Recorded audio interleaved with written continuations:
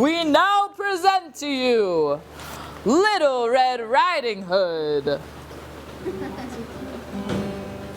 Once there was a little girl who lived with her mother in a house at the edge of the forest.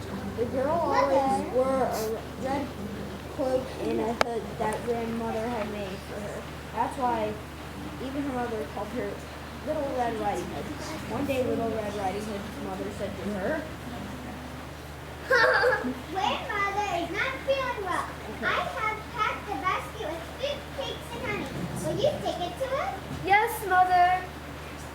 Be careful going through the forest and don't tear around along the way. Grandmother's waiting for you. Yes, Mother. Little Red Riding Hood took a basket and was on her way to grandmother's house. Little Red Riding Hood had gone but a short way into the forest when a great wolf stepped out from behind a tree. Good morning, Little Red Riding Hood. Where are you going on this fine day? I'm going to see Grandmother on the other side of the forest. She is ill and I'm bringing her fruit, cakes, and honey. Why not bring her some wildflowers as well? There are so many to pick here in the forest. I cannot stop. Mother said I must not play along the way. Picking flowers is not playing around. Besides, a bunch of pretty flowers will cheer your grandmother up and make her feel better. Perhaps you are right.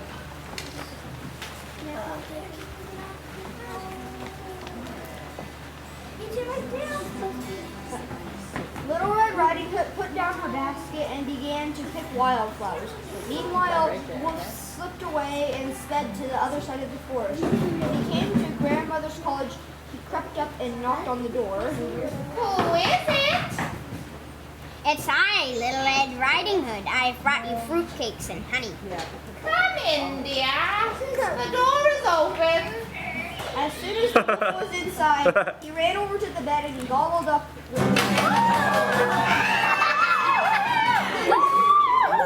leaving only her blanket and nightcap. He put on the nightcap and wrapped himself in the blanket. Then he crawled to the bed to wait for Little Red Riding Hood. Before long, there was a knock at the door. Who is it? It is I, Little Red Riding Hood. I brought you fruit, cakes, and honey, and a bunch of pretty flowers to cheer you. Come in, the door is open. Little Red Riding Hood went and stood in for a moment in the doorway.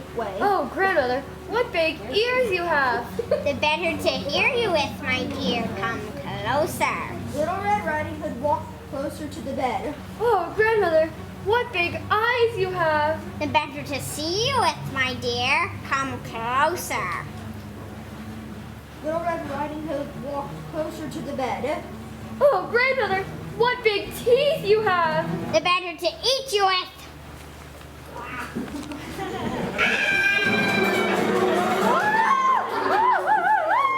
Grabbed Little Red Riding Hood and gobbled her up whole.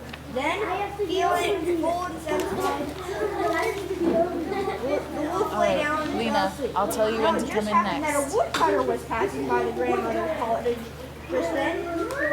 He knew that woman had been feeling poorly, so he decided to look on her. When she saw the wolf snoring in the bed, he knew at once what had happened. I have you at last, you devil. The woodcutter slew the wolf in half. Then the woodcutter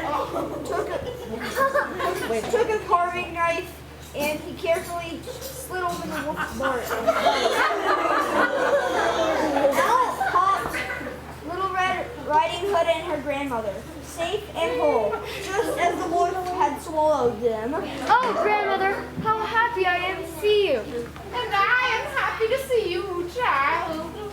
Grandmother gave Little Red Riding Hood, and then Little Red Riding Hood gave grandmother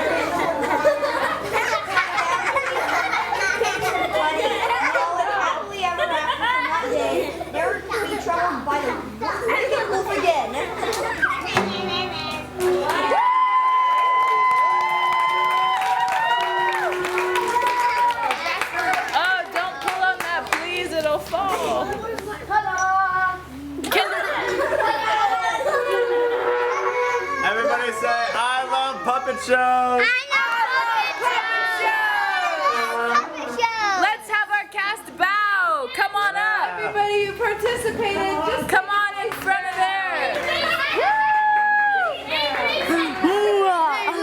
Bellin!